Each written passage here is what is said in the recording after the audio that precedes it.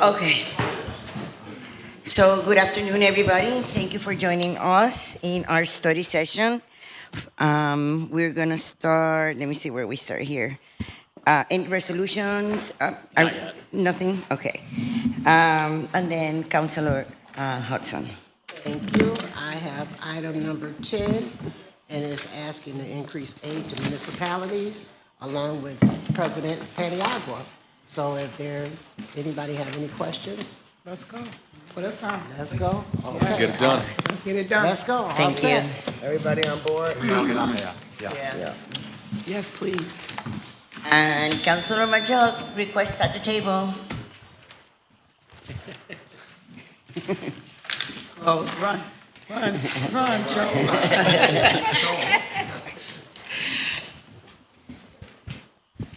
Thank you. Councilor Majok. Oh, it's me? Yes. It was that quick, Rashida? Yeah. So, thank you, Madam President. I have item 11 to 23. Who's taking the first item?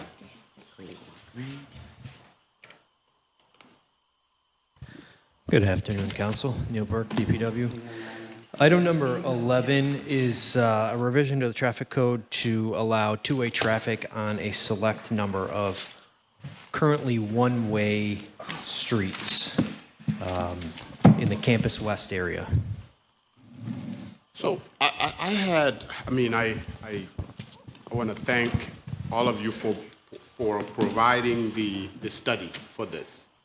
But I had a couple of concerns considering that the streets that we want to turn to two ways are predominantly around busy areas such as residential hall for students, and oftentimes we don't look at college students as quote unquote kids, but there's a lot of them that are kids. Yeah.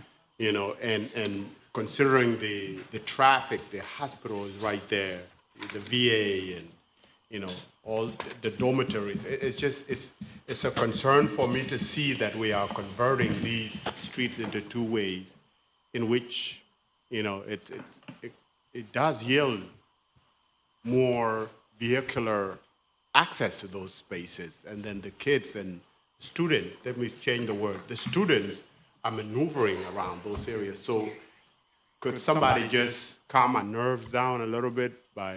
Certainly, and I believe our friends from SU are here. I just want to clarify that this didn't come out of DPW. This was a request of Syracuse University that came to us. So Neil, what is the intention of looking at a kind of like a larger level? Why do we have one ways at all? One-ways were very popular many decades ago when everything was What was intended to be. the logic back then So in compared to what have we 1979. learned in the meantime? We've learned that one-ways have a place. Syracuse, like many cities, overdid them, and you've seen some projects in the past, like a Clinton Street, where we've taken a hard look and said, I think two-way can serve us better here, and we did the engineering studies behind that. As for these streets, these are kind of unique. They're kind of tucked away. They serve a specific purpose, especially as it relates to large events. And again, from a network standpoint as a whole, these changes I don't believe will have a significant impact on our operations. And again, this was requested of us, and DPW was tasked with just reviewing the traffic study. Does it make sense? Does it work? And we agree that it does. But again, I'll defer to my What about police? counterparts. Were they involved in this at all? They were involved in the original discussions, but again, I wasn't brokering those. So if the SU individuals are going to speak on it, can you just also speak to how this plays into the roundabout with the DOT? And that Sure. close to That was a matter, and I believe looked at in the traffic study as well as broached with NISTOP, but I'll defer to my counterparts from SU to answer any specifics.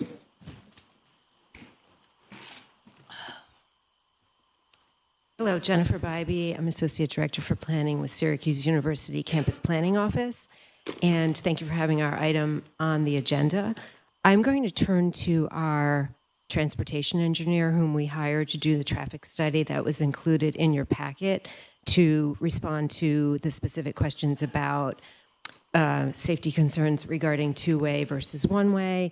But before, and she's the pro traffic engineer, but I thought it would be helpful to add a little bit of background information, how this came about. And essentially, the thinking was that with the I-81 work and with Fineview and Renwick already closed, and the proposed business loop at Van Buren, coupled with the fact that the original reason for those streets having been changed from two-way to one-way no longer exists. Essentially, those streets were designed and built and operated as two-way, and then were switched to one-way in 1979 to facilitate the Dome shuttle traffic for that area west of campus. That route changed quite a long time ago, and the Dome shuttle brings people to a different part of campus. So all of these things converging, the Fineview and Renwick being closed, the emerging change with the business loop, and the fact that the shuttle that services the Dome no longer goes in that area seemed to make everyone think these should really be returned to two-way so that it will improve the traffic flow overall. And Amy will explain how two-way traffic actually is safer for pedestrians. But also I want to add that this actually had a trial run of sorts because it has operated as such where these streets are two-way for the Dome events of this past year. And by all accounts, it's worked extremely well. And so my understanding, as Neil can elaborate on, is that the relevant city departments, police and fire, have been in favor of this. So let me turn it to Amy, who has the more technical explanation about the safety of two-way traffic.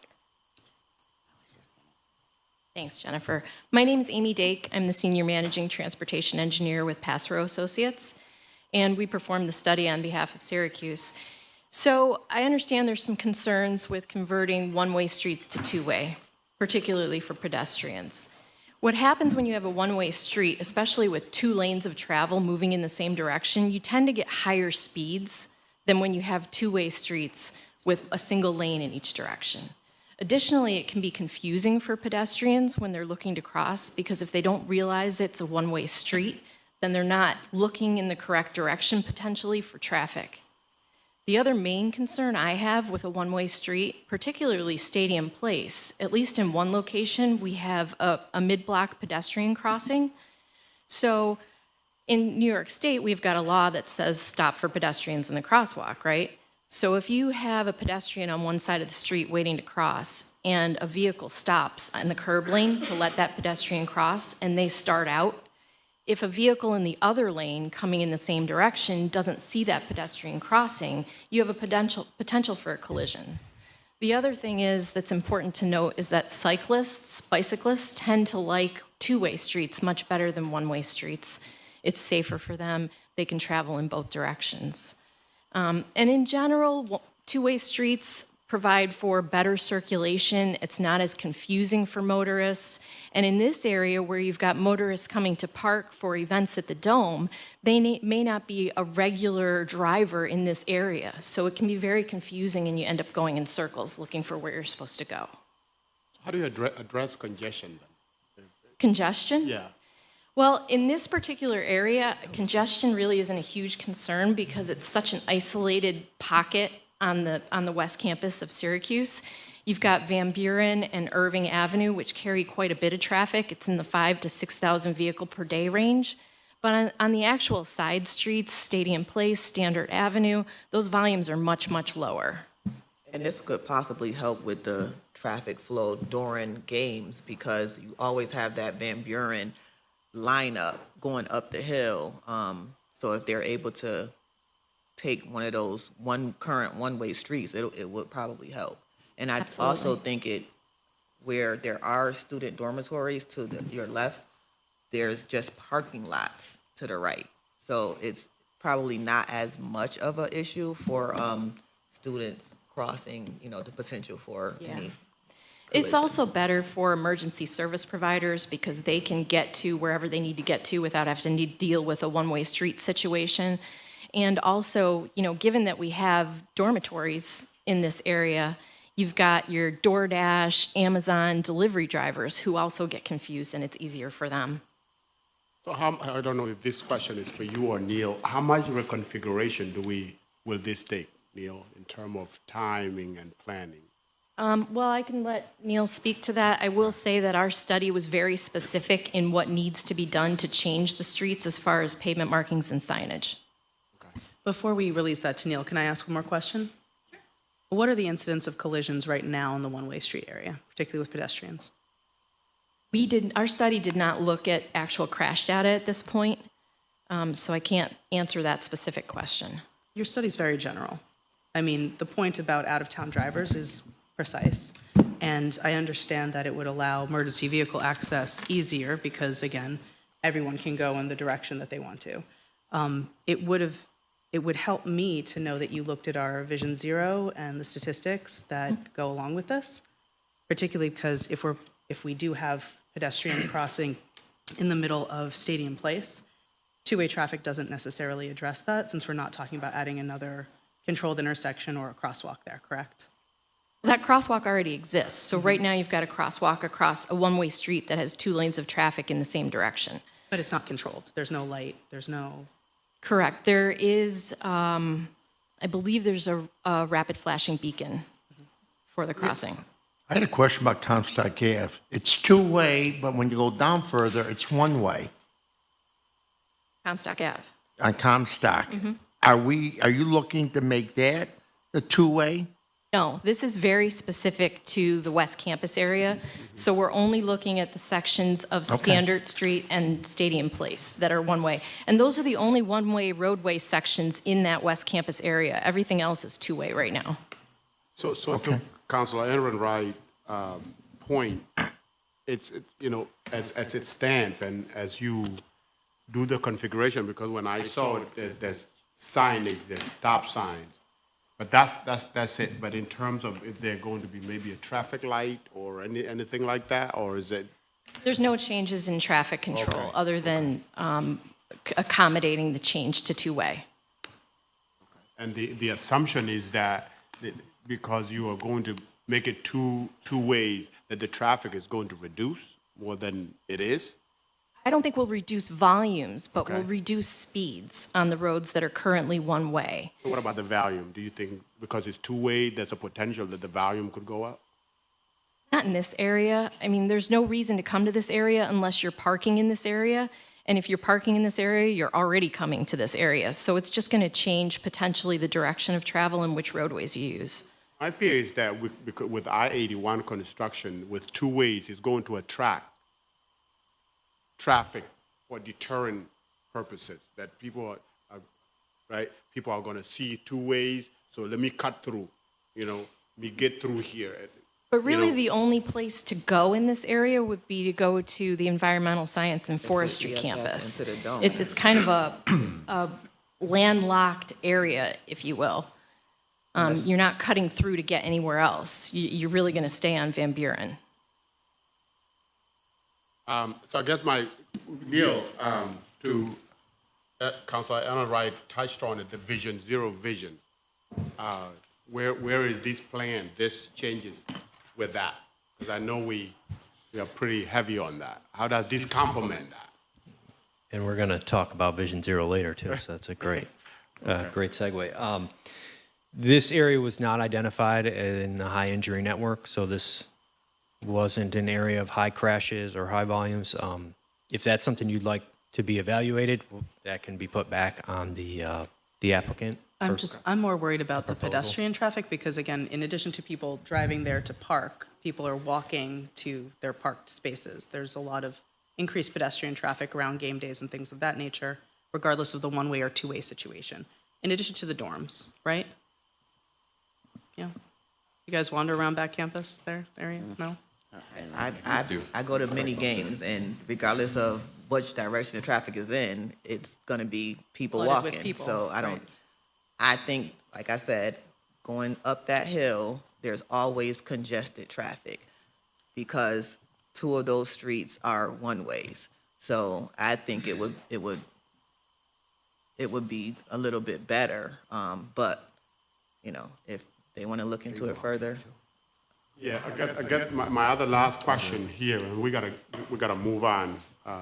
We'll talk about this later. My other question is the cost with the change of signage and everything else that need to go into it. Is as you taking care of it, or are we taking care of it as a city? My understanding is that city cost, it's relatively minor for a few signs and some striping, but again, Okay. I don't want to misconstrue this as something that I Right. brokered. We'd like to know the cost of it, basically. The university can absorb the cost for the signage and also somehow reimburse DPW for the restriping work. Because those are the physical changes as identified in the study that are required to actually make this real. It means changing a street sign, several I believe, and doing some restriping. Because again, the streets were designed and had always been used as two-way traffic. And they were converted to one-way. So this is converting them back to what they were originally built for. There isn't road work, et cetera, involved with it. And we also have to remember, outside of the future roundabout, I can only speak to what's happening currently, but when there are games, there's police presence for directing traffic. So we do have that extra added security measure. But that's only today. I don't know what happens when the roundabout comes. On that point also, those streets are currently used as two-way streets during dome events, and they're just, converted temporarily during events. So we're just asking that those streets would be converted back permanently.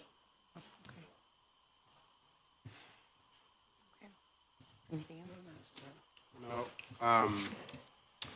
Item 12 The 20, and 13. also that's the 20, that's her. Hello, next year counselors budget. and president. Early, so- Ann Fordock, First Deputy Commissioner of DPW, and it's 12 and 13. And so this is $4 million for a new salt barn at DPW. So any questions about why or our existing salt barn? So we discussed this, I believe, last year or the year before. It may have come up before because Jeremy was trying to do it previously, and it's taken a little while to get, the engineering aspect done. Okay. Also, because if you wait too long, I can't do it. I can't tear down without knowing in the same year I can get a new one up, because we use a little bit of salt here. So we do need a big old salt barn. So we don't want to go into November with no salt barn. That would be a calamity that we don't want to face. So. And were we leasing another space?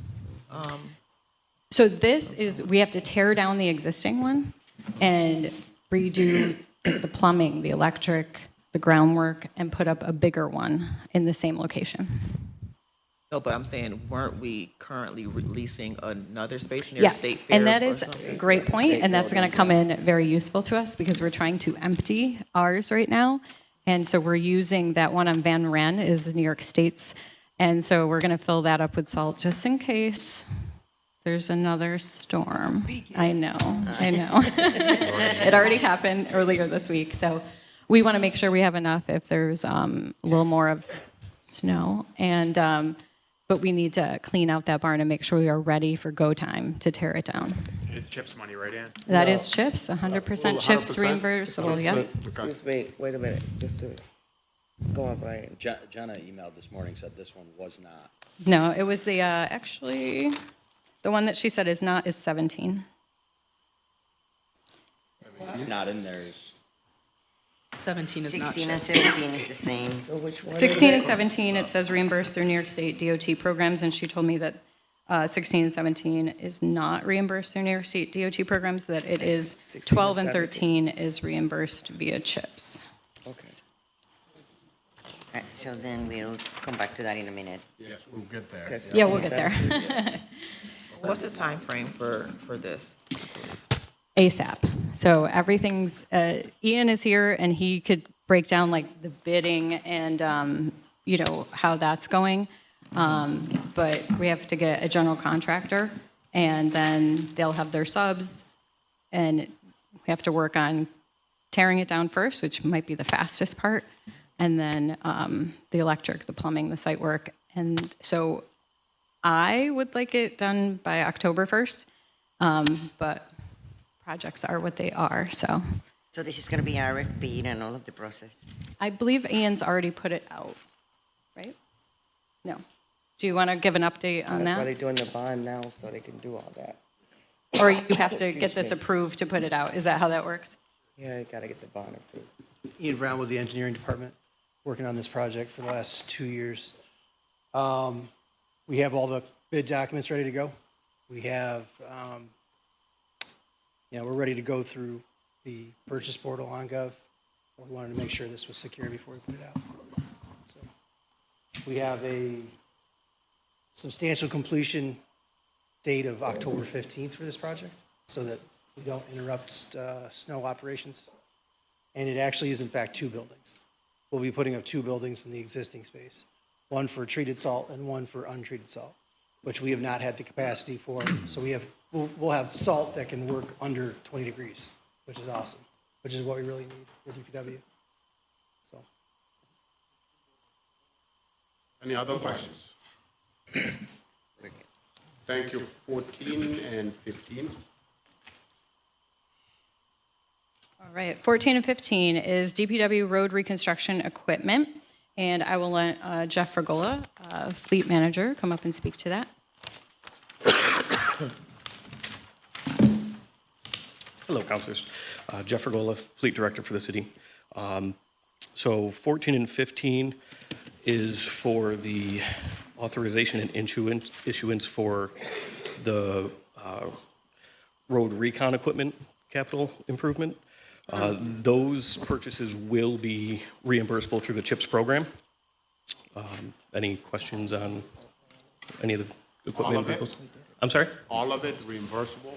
Yes. Okay, Yep. 100%, okay. Yep. That's awesome. All right. Yeah. Thank you. 16 and 17. And that's where we were. Yep, and that's also me. 16 and 17 is the DPW's normal capital equipment and vehicles plan. Those ones are not reimbursable through CHIPS, but are on the normal schedule of equipment replacement and vehicle replacement. Did you guys, my apologies, did you put the list of what's being? Yes. Okay, Yep. good. And the reason why they are not? The CHIPS rest are? program is very specific to what equipment can be reimbursed. They have to be used for specific reasons, and these ones they fall outside of the reasoning for the DOT. Any other questions? Thank you. Thank you. 18. Good afternoon, councilors. Mary Robison, city engineer. Let's see, 18 is entering into an agreement with Colliers Engineering and Design for the Inner Harbor Area Sidewalk Improvement Project. This is a TIP project, but it's only 80% reimbursable because it's for pedestrians only, and they only fund Marchicelli for vehicular improvement roads.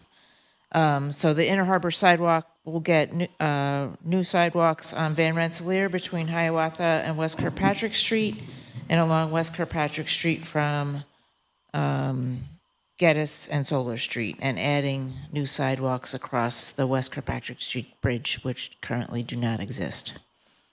There's like a shoulder along the bridge, but not a dedicated sidewalk. No, right now we're replacing the expansion joints on the bridge that have failed. Yep. So no, this is just a brand new TIP project, so we're just starting design upon approval and execution of this agreement. People can walk to see the new dolphins. Yes. Named by Syracuse City School District children. Any questions? Okay, 19 is requesting an agreement with Barton and LaJudas for preliminary design for the West Side Trail project. This is another new TIP project for funding is, or agreements not to exceed $386,000. Again, this is 80% federally funded. And this West Side Trail is along West Fayette Street, starting at Light Art Park near Seneca Street, going west over the abandoned railroad bridge, over Geddes Street, and then going down to Magnolia Street. So does it restore under that bridge, Mary, that messy one, that messy Fayette Street Bridge past the gear factory? Yes. That's full restoration? Okay. Mary, when would this work start? When will the work start? Yeah. Well, the project hasn't even been initiated. We have to execute this, get approval and execute this agreement, probably in about 2 years. Oh, 2 years, okay, okay. That's a rough estimate. Okay. No, just wondering because I know there's an organization that has started doing some like festival over there. I just didn't know if that would impact what they're doing currently. Okay. But if not, then they'll have enough time to Okay. revamp it. Yeah. Any questions on that? No, but I would like to maybe put a committee meeting together to just review all our trails, the trails that have been completed, the trails that are in the works. They just comprehensively understand where everything is. I guess Where you would everything be- is and where everything is planned to be? Yes. We have because we have the Creek Walk Phase 3 project underway also, and I know Parks has other things so- in the works. So we could do a joint meeting with Parks and Engineering, I would Yeah, think. that would be great. And if you can include in that, since Neil is here as well, the Cold Brook plan Okay. or study that was done, I do believe revisiting that, there were some things that I believe the neighbors in that area did want and some that they didn't. So right now, they feel like they have just been shut out. And no For that further- trail, For the proposed Cold trail. Brook, yeah. Okay. Yeah. Yeah, so we will figure that out, okay, and come together and have that meeting. Sounds like a good idea. 20, or does anyone has question on the 19? 20, Mary, thank you. This is really Neil's, but I know that we bid this project. This is a very small tip project, and the bids came in higher than our allocated budget, so we're asking to increase the construction phase by $125,000 for a total of $475,000. 280,000 would be federal, and 195 would be local. If you have details, I'm going to defer to Neil. Okay, we're on Lodi Street. We're the Lodi Street project. This is real. Good afternoon, Council. Again, Neil Burke, DPW. This is mostly focused on the area around Erie Boulevard, so the southern portion of Lodi Street.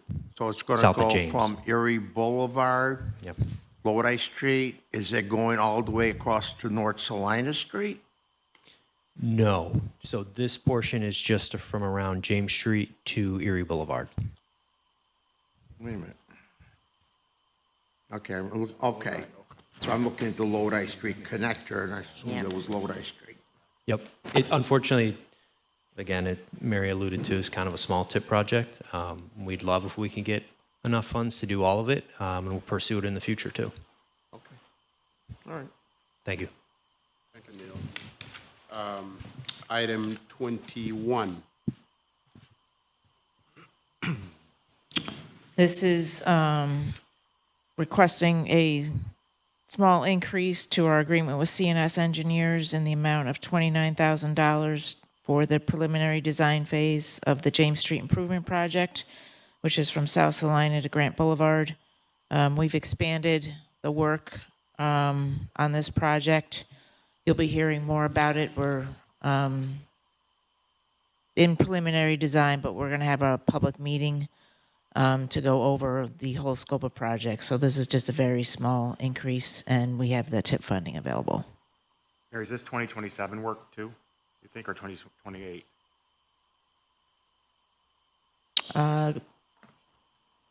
Probably 28, starting.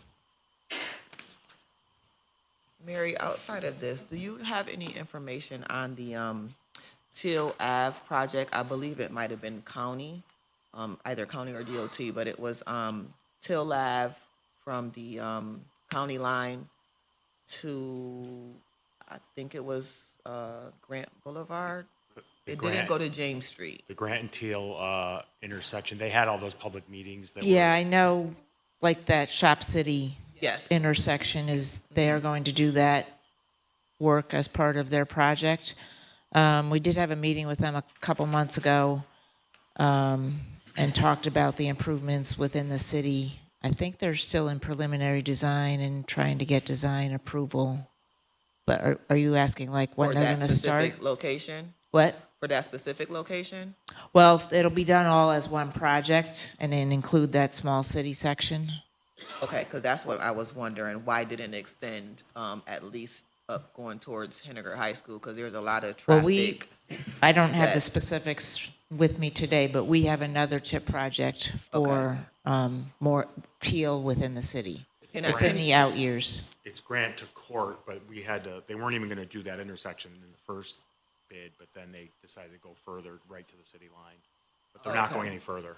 Okay, well, can you make sure that I'm involved when you have additional meetings on that? Because you know my sister lived over there and I know a lot of stuff. I can let you know when the city project is and Okay. scheduled and what the project limits are. Okay, because my concern is that at James and Till, but on Till, when you come through the light, there's a small, like probably less than 100 or 200 feet of a lane that stops abruptly. There's so many accidents right there. You can ask, what's the name with the lights? Ken, how many times they had to replace the light post right at that section? Because every time they put it up, it gets hit again. So Okay. my concern is like that should have been extended to correct some stuff that's going on right there. That's a Okay. Vision Zero intersection, actually. Oh, okay. Right, Neil? Which is on our agenda a little later on. So we need to have another meeting because we don't know all of the stuff. Next item. Yep, next item. You ready? This is requesting to submit an application and potentially enter an agreement to replace the Chafee Ave pedestrian bridge near Clary, Meacham. We applied for it in '24, unfortunately didn't get it, so we're reapplying this year. And this is connected to the Creek Walk Phase 3 project, but we don't have enough Creek Walk funds to do this bridge as we currently envision the budget to be with the funding that we have. So we're reapplying this year and hopefully we can be successful this time. Mary, would it have helped if you had signatures of like supporting residents in that area? We did submit letter. From the residents? Yep, Bob Oh, okay. Doherty. Okay, all right. Yep.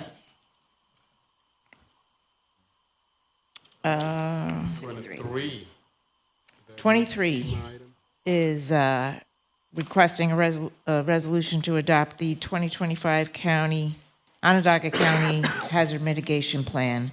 So this is something we do every few years. This plan, I provided the link on the letter, but I can also send you the city chapter of the plan. But this plan addresses all our hazards, flooding, harmful algal bloom, sewers, severe weather, that type of thing. Emergency operation plan even includes maintaining our tree population. So one of the purposes of having this plan is so that we can also apply for grants. And the other major purpose is we need to have an executed plan in order to qualify for our FEMA flood insurance discount, which is currently 15%. Because this provides us significant points. Our percent discount would drop, which we just went through that recertification process. Mary, in that same vein, let me ask you a question. Since we moved all of those different neighborhoods into the flood zone, how frequently have they flooded? Do we have that information? I don't think that we've had an incident of substantial incident that I'm aware of. Okay. But don't jinx me. I'm not trying to jinx you, but it was just like certain parts of the city that had never flooded before were added into the flood zone, and now we're saying that they haven't really flooded. So I'm just, In the age of climate change, 100-year floods are now pretty common. Well, 200-year floods sometimes too. as Mary just said, we haven't had them, and I think we've added them into the flood zones probably how many years ago? On the plus side, To affect their FEMA cost, is now not helping out local municipalities when they flood, so I don't think it's harmful to sign this, but. I don't think it's harmful to sign this, but I'm just concerned about the people that had to buy flood insurance. I'm not talking about this. I'm Yep. talking about the flood insurance that these Yep. folks had to buy. You know we fought that. I know we did, and I didn't need that. yeah. Any other questions? Thank you, Mary. Thank you. Madam President, Would you like me to I'll- send you the city annex? Thank you. I would like that. Councilor You Maca. would like it? Okay, thank you. You right? Outside? Councilor Renbeck. Thank you, Madam President. I have items 24, 25, 26, and 27. Parks Commissioner. First item is from the Rose Society. Good afternoon, all. Saisha Berg, Commissioner of Parks and Recs. 24 is to accept a donation, well, it's 2 plaques valued at $2,000 for the Mills Rose Garden so that visitors could identify the roses to better understand the collection. No questions? 25 is to authorize, it's an authorization to standardize code compliant the waterfront railings around the inner harbor. And so the goal is to uniform and make those, replace and make those railings uniform and safe so that kids can't slip through. We have 2 other items connected to this. I was wondering if you would all be open to discuss that now, or do you want me to wait to the end? Madam President, I have the waiver items at the end of the agenda. Do you want to do that now or later? What do you want to do? I'm good. I mean, it's not in the agenda. Right. No, yes, it is. It's in the way. They're all connected to Inner Harbor. I'm sorry, say that one more It's time. all connected to the Inner Harbor project. It's in there, they're in the book. Oh, Yep, okay. they're at the end. Oh, it's in the waiver. Oh, I'm sorry. 54, 55. So, We talked about. yes, that's what we talked about. Yeah, all right, come on. I'm gonna just hand these out. These are slides that we'll go through just to describe the project. Can I just ask, while Josh is making his way up, the, I don't know what that is, like, it's not a pavilion, is it a pavilion? The amphitheater? Yeah. The amphitheater, the stage at the Inner Harbor? The wood. We're working on Do we it. not It's fill not. it? Do we not You stain can come that? up, but it's not part of this this actual project at the time, but we do have a plan. Yeah, okay. But I think Counselor would like to see it look a little nicer in No, the future. I don't know if we're Yeah. replacing We're that gonna at have some to point, replace or that. we're gonna use some Yeah. wood filler I knew that and would come up. stain. Is it but the it's just boardwalk, really or you rough mean the and bad. entertainment space? So for now, we will work with our trades department to make sure that it's safe and stained and looks better. But at the moment, this project does not include the amphitheater. So, sorry, I can't help myself. So basically, the whole thing needs to be replaced every single year before the festival in the park. They go through and fix all the problems with it. Yeah. But at the end of the day, the whole thing, the whole deck needs to be replaced. Yep. That was fast. Do you want me to do 54? So I did invite Josh Wilcox, landscape architect for parks. 54 is to authorize the insurance, it's a bond ordinance for the sell and bond for 2526 Progress Park Trailside Recreation Capital Improvement Project. in the total amount of $500,000. And then 55 is to amend the ordinance and authorize 2425 Progress Park Trailside Recreational Capital Improvement Project to construct a playground at the Inner Harbor along with a semi-permanent and converted shipping container. I'm gonna keep skipping that part. Shipping container, rental stand for adaptive and inclusive recreational equipment, featuring the ADA compliance pathways, inclusive play equipment, seating. This would be our first all-inclusive playground. Commissioner, question for you. Did I hear you mention earlier that you were going to replace some of the things so the kids couldn't get through there? Because that's my concern. All the railings around every part of the Inner Harbor will be replaced. You want to come and explain that? Sorry, on 55, we're just amending to Yes. add the additional, okay.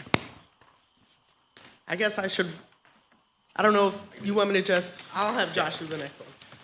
Items 56 and 57 are the bond ordinance authorizing and for the bond for the railings improvement project at $3 million.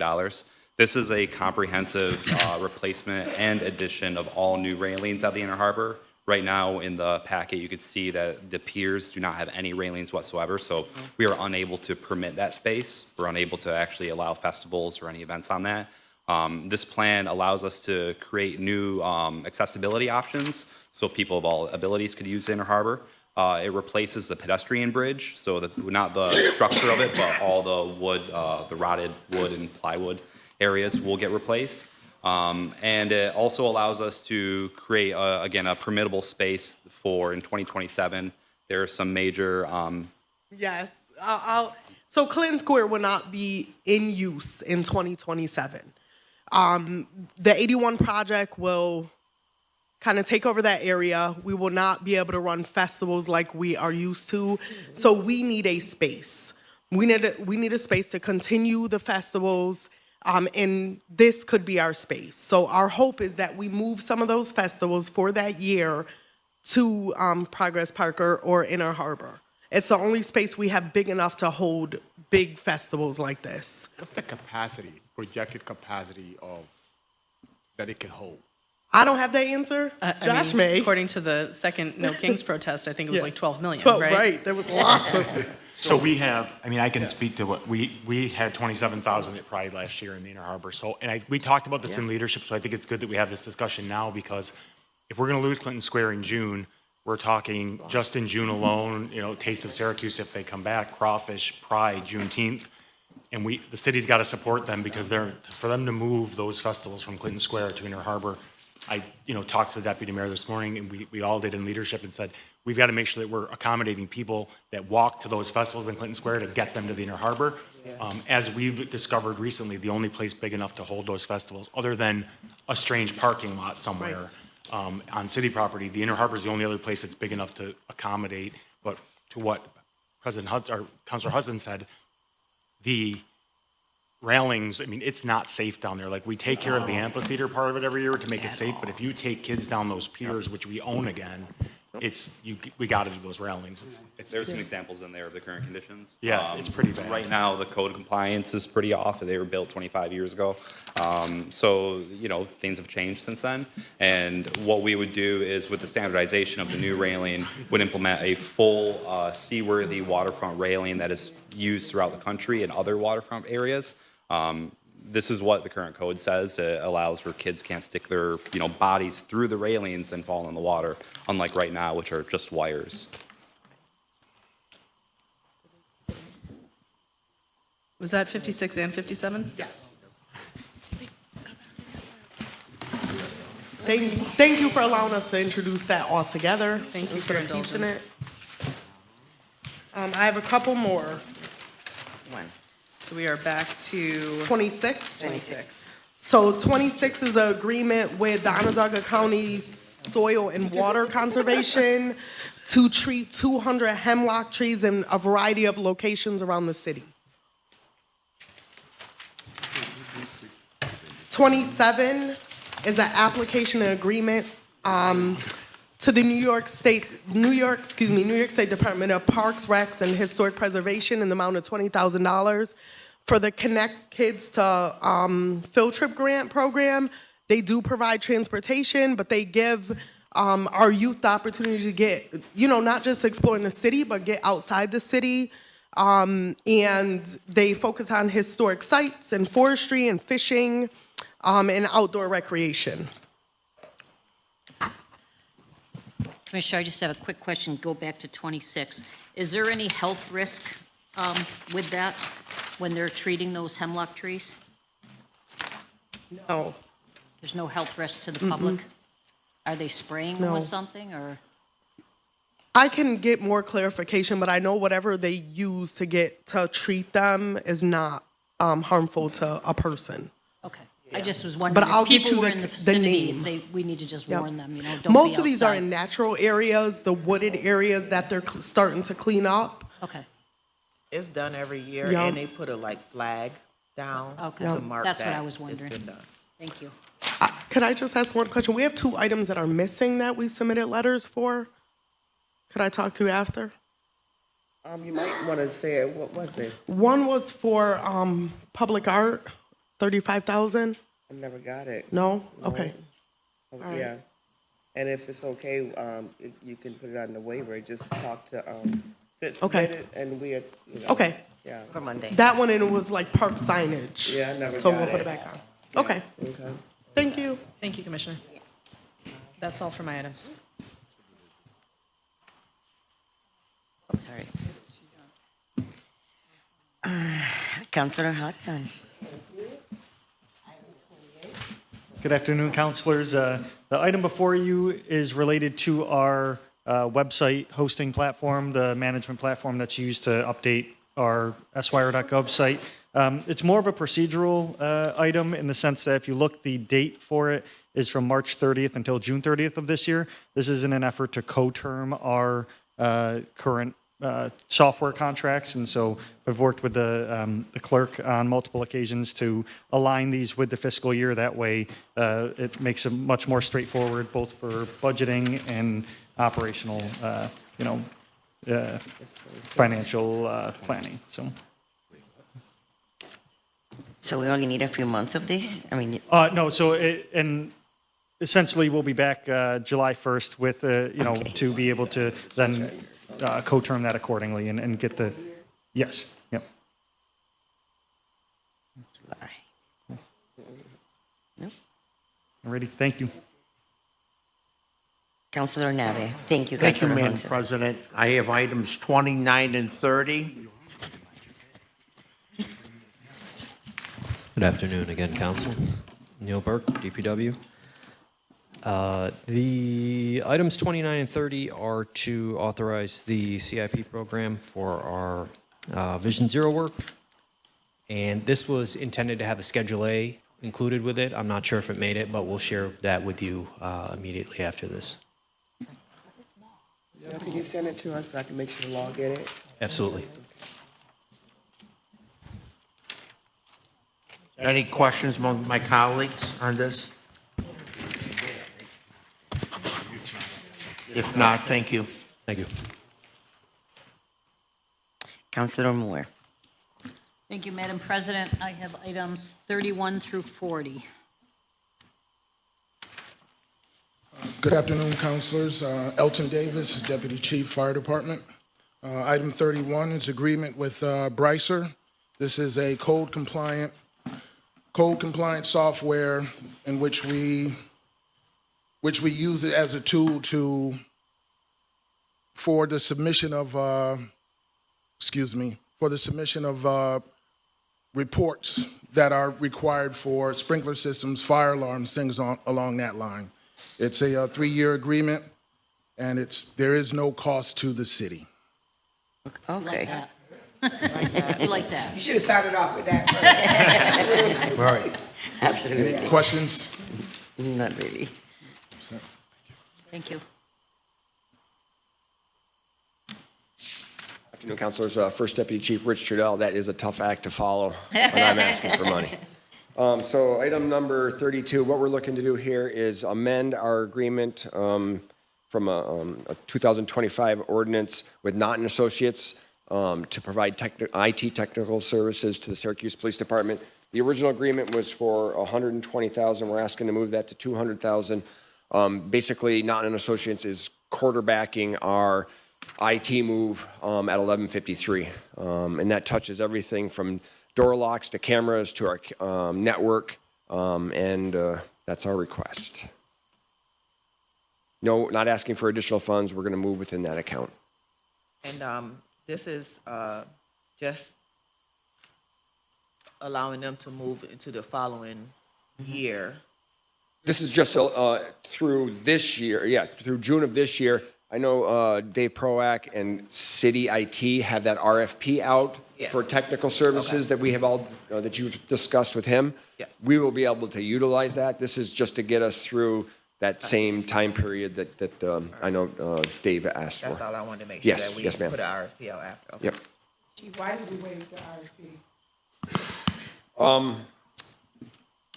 Again, there is an RFP out, and Dave can speak to this a little bit better than I can, but the RFP is out. It's just in the interim of that selection of the RFP using this firm, and I'll let Dave talk about that RFP. So it was the one that already came out? Yeah. This is just, okay, Yes. you don't even, I got it, I got So it. we're not waiving the Right. the Yeah, we're not overall waiving the technical RFP. RFP. We're going to just select waiving something this from that process in in order the to interim. get this moving. I'm speaking over you. I remember. apologize. Here we go. Okay? All right, thank you very Deputy much. Chief, while you're up there, can you tell us how the move is going? We started on Monday. Fire is completely moved in at this point on the 6th floor, and we're moving down floors from that, and it's going along. We expect to stay on schedule. Did we ever designate that community room? I'm And sorry? During the process, we talked about designating a community room in that building. Did we ever do it? A purposeful, no, there's no community room, but there is a number of rooms that we can use for that, right? We have for example, we have 3 training rooms on the 3rd floor that have partitions. And they're designed to be segmented out. If we wanted to host a community event or something like that, that's a perfect room for that. But we just didn't have a space to designate specifically for a community room. For example, our roll call room is going to also serve as our media room when we have media functions. But I know there is enough room for our community events to hold at 1153 in different areas of that building. What do we call it?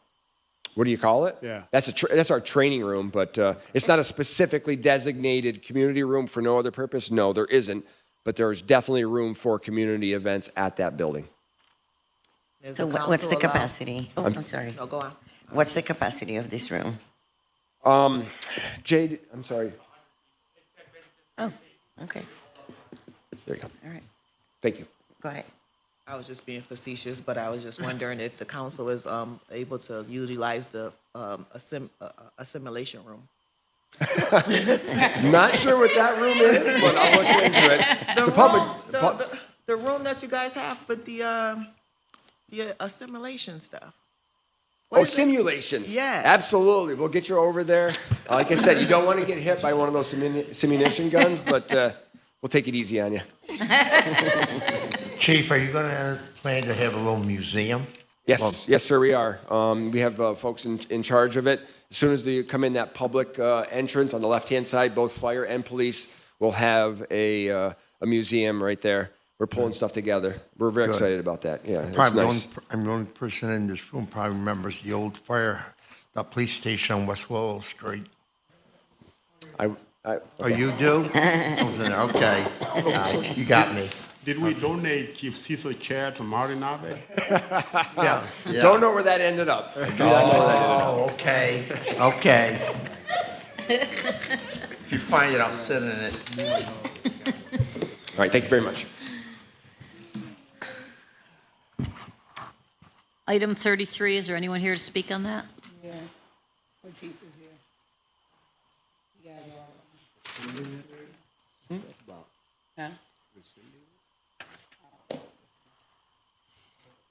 We're gonna see now. Chief Johnson Kinsey, Director, Mayor's Office, Reduce Gun Violence. So the first item, 33, is to rescind the contract with Unbelievable as they did not take part in that grant, that DOJ grant. So what we would do with that is take that 186,472 along with some other funds. I'll go down that will be in 35, and we would put that together and divide that to the two organizations that continue to do the work. So that would be 34 Syracuse Model Neighborhood. They would receive now 278. And also that would add on the Mothers Against Gun Violence, which will be ran by Lepa Jones.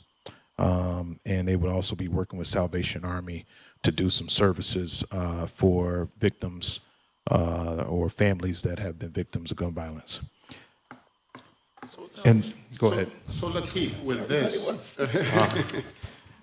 does that mean that they are completely out? They have no services with the city, or this? Well, if you sign a contract with the city in 2022 and you haven't done nothing in 2 years, yeah, they out. Yes. I mean, simply without telling you, they told you they didn't want to be a part of the Department of Justice grant. Unfortunate. Okay. All right. So I'm so sorry, if you'll allow me, Stephanie Pasquale, Chief Strategy Officer. Also that contract actually did also expire. It wasn't just that we're rescinding it. It expired, I think the date was January 31, 2026. So it legally is over, but we're looking to reprogram the funds, as Lateef mentioned. He didn't want to be a part of it. Right, okay. Yeah. All right, so 35 is to amend OG's. So OG's contract did expire, but our plan would be to also take those funds. As I said, we'll combine those funds from Unbelievable and OG's and divide those properly to Southwest Center and Good Life. But Go ahead. This was rescinded last year. I thought so, but it. No, Yeah. you're talking about, that was Safer something Streets. else. That was a different contract. That was another. That was another contract. That was Safer Streets. It was So- Safer Street? Yeah. 'Cause you came and said that he wasn't able to comply with the reporting. That was Safer Streets. It was Safe Street. Yeah, this is DOJ. This is separate Okay. grant. So with this one, same thing. So, but I believe we're still going to work with Cliff, but he will work with Good Life, so he can get the supports he needs. It's just a capacity issue, but he's willing to serve, to continue to do the work. Yes, ma'am. This is Senators, who gave this money? Say that again. Department of Justice. This is Yeah. DOJ. DOJ. right? Yeah. Okay. And Good Life and. Yeah, so Good Life will continue contracting. So if you see the amount that goes up, it's because we took from Unbelievable along with OG's, combine that money together and then divide money between Southwest Center and Good Life to expand and continue to do the work. Yes, ma'am. When you talk about expanding it, specifically with Good Life, are they going to have the capacity to do this work? I can't speak on their behalf. I mean, that we would have to, they've been doing the work, so we would have to. Understand, but if you're adding more on, do they have the capacity? No, that's a great question, Counselor Hudson. So this is also an extension, right? So the grant goes through September 30. So when we had initially gone under contract with these entities, a lot of their contracts expired or were set to expire January 31, 2026. So when we were looking at the pool of funds and trying not to leave any resources on the table, we brought, Lateef did a great job and his team bringing everybody in to talk about, if we had additional support, what could you accomplish between now and September 30? And so we feel confident that this allocation and their structure, and we were pretty strict on what the scope is, and we'd be happy to provide it for what each firm is going to do, how many kids they're going to be assigned, or young people, I should say, assigned to each, and what those expectations are for weekly, monthly touch points, and other goals that we hope the youth that participate achieve by September 30. Because for me, with anything we do, including professional services, when we keep adding on, is the capacity there to actually do what we're looking to do. Yeah, and Lateef, I don't know if you want to speak to your involvement in the hiring process, but he and his team have been very involved with the staffing structure and the process for bringing folks on board. And the organizations do know this grant is through September 30. We are working hard to see if we can continue it, but they're actively hiring or have brought staff on board in anticipation that this would be approved. Lateef, a couple of counselors have reached out to me and asked if we could have a meeting with you just to find out how effective the programs are before we vote on this. Are you willing to do that with us? Mhm. And just to let everyone know, we do have several meetings during the month every Thursday. We have a coalition meeting first Thursdays that you all are invited to. That meeting is at 2:30 every first Thursday. On the second Thursday, we meet at 11 o'clock with community leaders and faith leaders. That is at different locations, different churches, different places of worship. Third Thursdays, we meet with the CBOs. That'll be tomorrow at 10 o'clock. Every third Thursday at 10 o'clock, we meet over in the Burnett conference room. So you all can, and I think even if one, I know Councilwoman Rashida has attended to meetings, and that can kind of keep you updated on what we're doing as far as gun violence. And that's every month, unless it, is a blizzard or something. I still try to have the meetings. Yeah. Can you email us those meetings? Yeah. Do you all want to be on that email, or is it someone? You gotta be careful, Also- because there's a coalition, and I think Yeah. everybody can't be in there. Yeah. So you have to make sure. Yeah. Perhaps if Lateef could, Yeah. would you mind emailing it to the secretaries and they can help us out? Okay. So is that? I think Councilor Moore meant a committee meeting so we can actually unpack all of these items. I So we think know so, where too. the money's shuffling from one, you know what I mean? Like, I'm confused. I think down here we're, a And committee. that's can- fine. I can do yeah. that. Just understand that as of September, this contract will be. So we're crunched for time, we over. understand that, but Yeah. we need to understand That's fine. the choices. No, it's fine. I just let you know so you have an idea of our time that we have to get this done. But But also, that's no problem. can you produce a org chart from like the beginning to date, Mm-hmm. and with like, you can just, who started, who's no longer there, who did it move on to? So I'll have a clearer picture. No problem. Okay. Yeah. And we do have a full report of what we've been doing, so I will have Dow provide that when we meet. And so you Donna, know. if we do when we do the committee meeting, Yes. we should have representation of these agencies so we can talk to them. So you also want a presentation from the agencies? Well, yes. Okay, no problem. We need to figure out the capacity. Yep. Council President, fine. could I speak? Can you also provide a budget? I just didn't, I wanted to. Oh, thank you, yes. I wanted to get it in front of the council, and, and it was time crunch. So can you provide a budget, for them so they can, follow through as well? Yeah. Because I know there's still monies left over that's not allocated from all of this too, so it's still lingering funds out there. All right, and just specifically the DOJ, right? Just the DOJ, just the budget for that, okay? Mm-hmm. It's a pastor, it's okay. When I'm up here, it's definitely pastor. Do you, with this, money right here, the DOJ money, and it's a grant base, it has to be spent by October? September 30th, yeah. And are we looking to reapply again to get this, or, is this like a, one-time boom? I Well, mean, I know this has been ongoing. Right. But are we looking into receiving this again for this?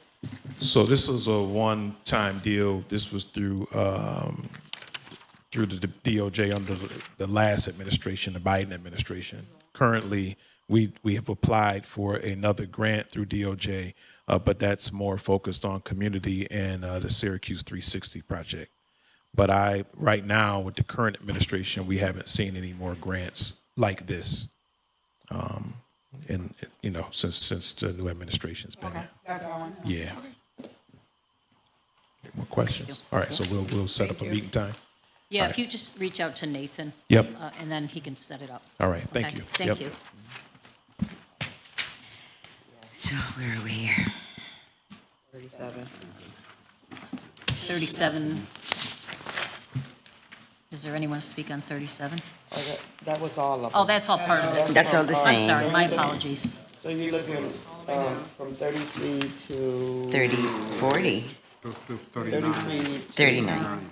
to 36. 39. To 30. 36, 33 to 36. Yeah.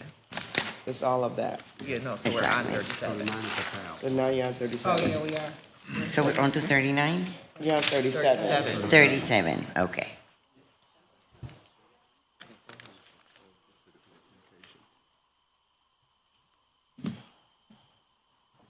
Good afternoon, Janet Burke, the Director of Research. I apologize. I had meant my process was going to be to send you the budget for year 2 for Exalt. When I went to make copies today just to hand them out to you, it was the wrong budget. So I had asked Councilor Moore if she would mind if we held this and we can get you the budget on Monday. Perfect. Thank you, Janice, Janet. what's the update on Exalt? Do 37. you know, like, where are they as far as being in the city? As far as, where are they as far as finding a location here? Oh, they have a location, they have started with the programming. Oh, okay. Yeah? Yeah. Where's the location? Is it EOC? You know what, I have to be, Where? no, not at all. They're co-located in the building with On Point, right on Harrison Street, and they're offering programming every afternoon, I believe, from 4:30 to 6:30. And they've been assigned young people from probation and from referrals from Good Life. So they have a cohort of about 10 individuals that they're working with. So when was the start date? Very recently, maybe 2 or 3 weeks ago. Okay. I mean, the location is greatly strategic because you have On Point, you have EOC right there in the same building. Absolutely, and it's actually the mayor and Latif and I were invited to one of the classes. They did a Shark Tank presentation, and the environment, you could tell the students really liked being in the office setting and the smart board and just how it was organized. We were really impressed with what they showed us that day. And the future plan is when EOC moves, they're going with EOC? I'm not sure that they'll move the location that they're in, but that's a great question. I'd be happy to ask.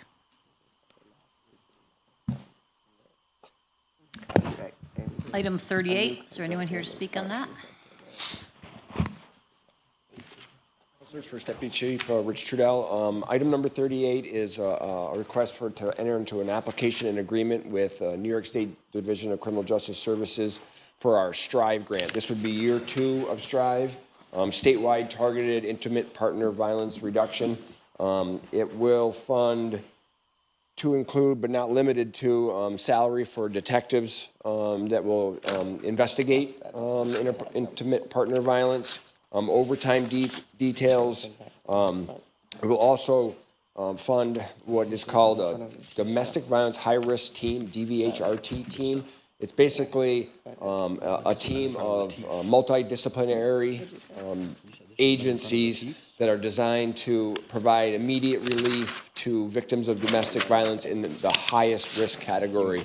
It would be something that if there's a domestic violence incident that evening or that morning, this team would get together, identify the needs of the victim, where we're at with the suspect, and develop a specified plan for that domestic violence incident to reduce the likelihood of a serious injury or a death.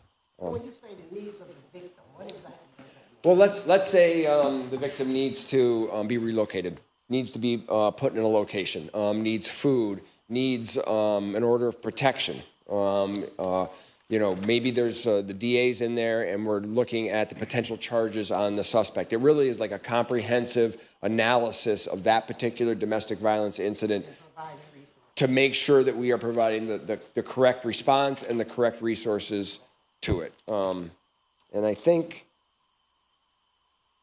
yes, so this would be year 2. We're just getting our feet underneath us with this, but it's definitely moving forward. With this being year 2, this is my last question. Yeah. Have you had to relocate anywhere? That's what I was gonna ask about out-of-town relocation. Okay, too. so I don't know the specifics on each of those data areas. I know that the team is just getting established, so we can start to provide data on that.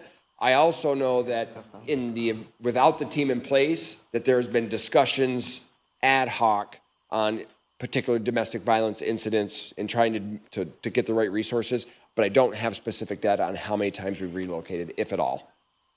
But we will definitely be able to provide that based on year 2 funding and this development of this team. So how many detectives did this cover for year 1? Year 1 was 1 detective. Year 2? Year 2 is 2 detectives.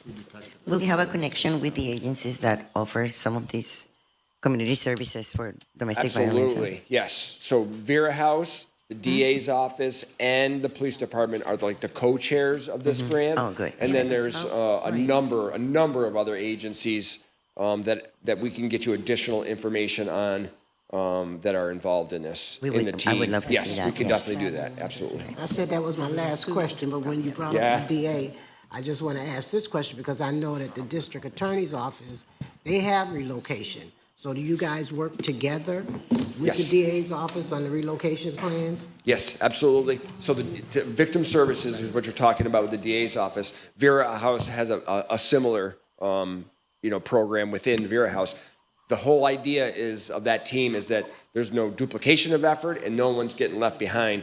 That coordination, absolutely. Yep. Okay.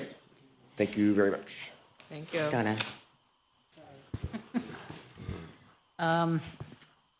Item 39. Good afternoon, councilors. Deputy Chief Tom, Syracuse Police. I have item 39 is to enter into agreement with the New York State Department of Criminal Justice Services for a $50,000 grant from their anti-violence initiative program to assist with our PAL program. The funding will go towards purchasing equipment, uniforms, conducting field trips. Additionally, we're looking at hosting a Teens and Cops podcast series, a barbershop program for teens to develop additional skills if they're not going towards the traditional schooling route, and also work towards getting them CPR first aid certified. Very good. Any questions? Okay, thank you. I have item 40. Is anybody from the auditor's office here? Yeah, and they probably wouldn't be here. This Okay. is your resolution. Well, I didn't know if they wanted to speak to it, that's all. Okay, that's all I got. Anybody, you. anybody on board with this right here with Donna? Yes. Yeah. Is that everybody or who's everybody on board? Oh, boy. I would like to remove myself. I'm not on board with You're that. not on board. Everybody except for Counselor Anne Ray. Right, and I'm fine with this. I just want to know, does this include an RFP process? I'm No. confused about the bearing. So we want our auditor to undertake this with his existing resources, not in an independent review. Because it says an independent review in the language. I don't understand what you're asking. Say it again, because you asked a We, couple we questions. want the auditor to undertake a review with the resources that he has at his disposal right now, within 3 weeks. Yeah. Okay. Yeah. So not an RFP process for additional resources to do a line-by-line itemized audit for police and fire. That wouldn't be, Just that wouldn't clarification. be us to put that out there. Okay. So, We're just requesting, for the auditor, which is his position, is to do. Yeah, that's his job. That's his job, that's his main job. Okay, I got you. Joe, did you want to say anything on this, or? Okay, all right. All right, are you all Okay, set? all set. Okay. Councilor Williams. Thank you, Madam President. Councilor Monto had to get his wrappers out of the way. I've got items 41 through 47. Good afternoon, Councilor Evan Loving, Budget Director. Item 41 is an annual item that we do. It is a property tax cap waiver. We do this as a preventative measure, so it does not mean that we will exceed the tax cap, but if we do, there won't be a penalty. Thank you. Easy enough. Item 42.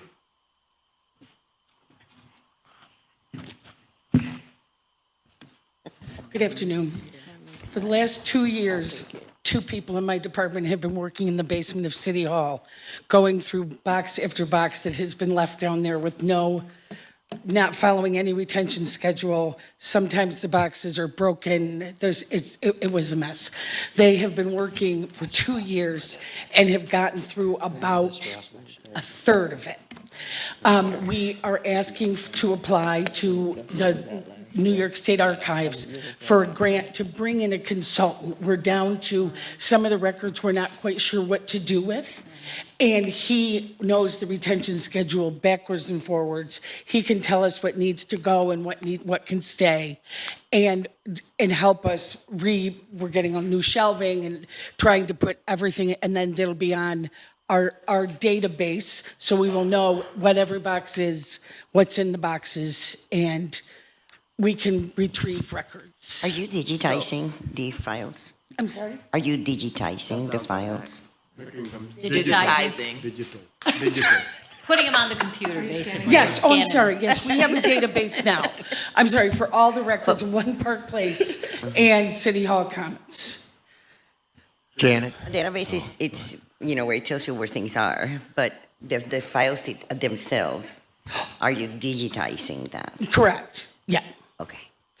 Janet? Council President, like, this particular grant, we got maybe about 2 years ago, councilors, and I remember they that, did, yeah. they digitized a lot of our marriage records, and I'm hoping that, y'all approve it, they get it this year, and maybe next year we'll get it. Because we still got thousands more to do. We'll continue your project. Janet, don't let her steal your money. Okay. All set? Thank you. Janet? Janet? Hey, that's one question. Sure. Do you need any volunteers? I don't know, it's pretty dirty down there. Well, I have some knowledge, so I'll give you a call. Who those pictures are? Yeah, a lot of this is engineering, finance, assessment, and there was some for the mayor's office, but we've left that, we're leaving that alone. Now, if you need me, I can help you Okay. on that. But Thank you. okay. Marty's picturing a big antique store down in the basement. Yeah, I found a lot of things. Thank you, Janet. I hope it works out. Yes. Item 43. Good afternoon, councilors. Michael Lehman with the Assessment Department. Item 43 is we're asking for a renewal of a lease with a water department employee at the apartment currently rented in at 20 West Genesee Street. It's a 2-year renewal. The rate will go up by 5%. Yes. Well set. Yep. All right, thank you. Thank you. I also have item 44. The Department of Assessment requests the hiring of an appraiser for the property at 1939 Fayette Street East to Ives in contemplation of its sale. And that's all the Parkside. Yes, the applicant to purchase is Parkside Commons. Thank you. I just want to let have a everybody know question? that the Parkside Commons has a new maintenance crew or property management crew as of last month. Okay. Commissioner. No, Councilor Nave, we're looking for a new director of operations. I think you just volunteered for a basement project. We're requesting another appraisal. This one is for ongoing litigation, looking for an independent appraisal to take to court. And this does say trial ready, not trail ready, is that correct? We're going to keep it indoors, yeah. Just checking.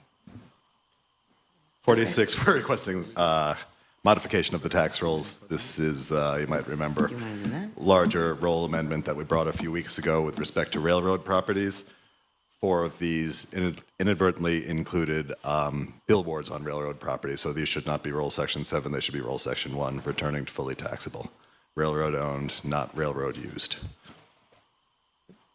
Finally, 47, I think we'll go to executive session on that, discuss pending settlement. And Madam President, given the time and the duration of our meeting, I request that we do that on Monday. Okay. If that works for you and for Corporation Counsel. Great, thank you. I'm all set. Thank you, Madam President. Thank you. Councilor James Rouser. Madam President, I have item 48. Item 48, I don't think we have anybody speak on this. We should be moving forward with that on Vilmers, yeah. All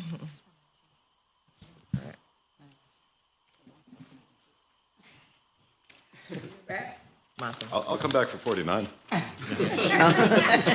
We would like to. Are you all set? Yeah. Okay, we're all set. All right, Thank you. Councilor Monto. Thank you, President Paniagua. I have items 49 through 53. 49 will be ready to go on Monday. Okay. Item 50, Chief Trudell, I talked to Chief Russell this morning, and he said we're okay to go with this, but I just want to make sure nothing's changed since 10 o'clock. Yes, we're good to go. And just appreciate the council's cooperation and patience with this item. Likewise, we appreciate your patience with it, too, so thank you. Thank you. 51. That goes with 49, right, Matt? So that one's okay, too. 52. You're putting it with, you saying 54, okay? Yep. Okay. 51, Counselor? Yes, thank you. Thank you. Michael Lehman again, Deputy Commissioner with Assessments. 51, the city's requesting authorization to enter into a purchase and sale agreement with Parkside Commons for the city-owned property at 2016 to 2024 Fayette Street East and Ellis Street. It's a vacant lot right now. It was appraised for $45,000, which would be the purchase price in the agreement. It's part of that whole development, right? Yes. Okay. Any questions on that one? So this is, I know exactly a lot, and what do they plan on? Is that part of the construction, or are they just using that? I understand that a building would be constructed there to supplement where folks can live while they are working on the buildings on the north side of Fayette. I get that, I understand the building part, but that's gonna be added on to the construction site that they're already near the store. That lot that we own, is that added on to this construction bill? Please half that question, but I did catch possibly an error in the short title. I'm sorry, Counselor. So, the property that we're selling. Yes. Is that a part of their renderings of the construction site? Yeah, that Phase 1 south side of East Fayette, that's part of that larger building at the corner of Ellis, on the corner store, and then our lot directly to the east, on the corner of Ellis. Opposite side, though, right? No, south, across from the current 1900 or 2000 block buildings.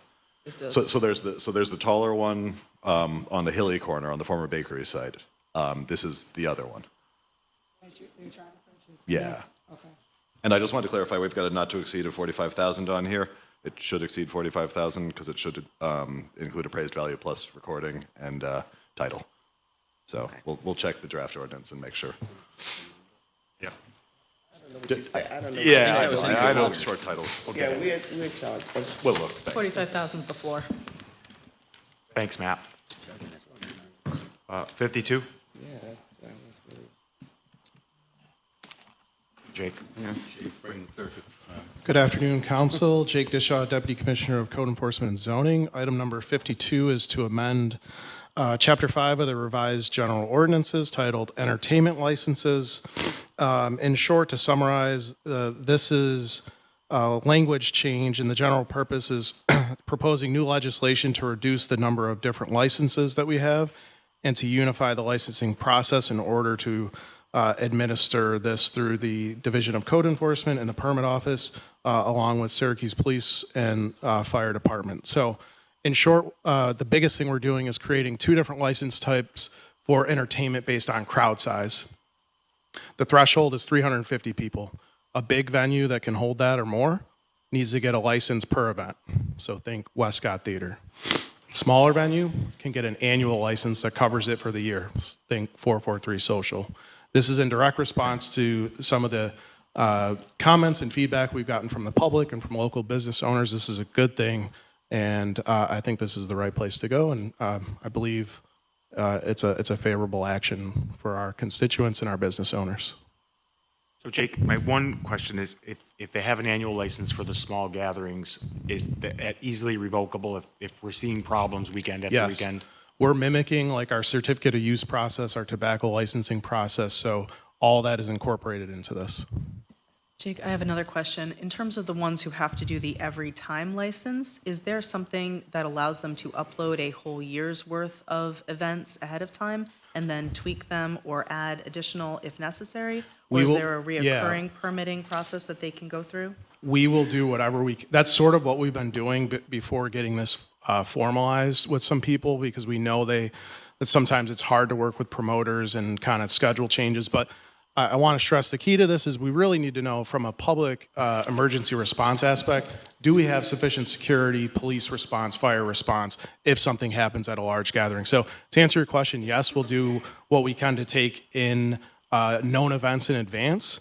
So we can work through those and process those, for those large venues. But if we don't know about it, we can't review it and assist to say that we know we have enough public response to, respond to something, an incident or an emergency if it happens. But we'll continue to do what we can. We want these things to be held in a safe manner, and that's what this is about. So Jake, are you concerned about the venue, like 443 Club? I heard some criticism from people go there, that why do they have to get every time? So are you looking at the amount of people coming, the size of the venue? Yeah, so that's what I was just stating. If it's they're under 350 people, I believe they're under 100 even. Okay. They will just need the annual and they'll be good to go. Okay, so it's documented. Yes. Okay. Anybody else? Thanks, Jake. 53 is an agreement to exempt certain projects per general municipal law that go through planning and zoning, exempting from needing to send those for referral to the Onondaga County Planning Board. So certain variances, certain special use permits, certain site plan reviews that city zoning gets, by law, we have to refer those to the Onondaga County Planning Board for review and comment. Many times we get no comment back from them. So projects that have little to no impact on the community countywide, we're going to exempt those from being sent out. It just delays the process for development and approvals because the OCPB schedule does not align with our schedules for council or for planning commission. This is a good thing. This kind of eliminates some red tape in the process for development, and I urge the adoption. The major department that we do deal with there would be WEP. Yeah. So how does that affect? It wouldn't. I would say bigger projects like that, we would still send out for comment on things like that. But again, this is directly to the Onondaga County Planning Board. If we're dealing with issues that are related to things that WEP needs to weigh in on, we'll certainly include them as a reviewer on projects. Anybody else? Okay, I'm all set. Thank you, Madam President. All right. Madam President, all the waiver items have been addressed. All the waiver items have been addressed, yes. So I understand we have we don't have it. Okay, Monday. All right, so meeting adjourned. Motion. Motion to adjourn. Second. So executive session? No, Monday.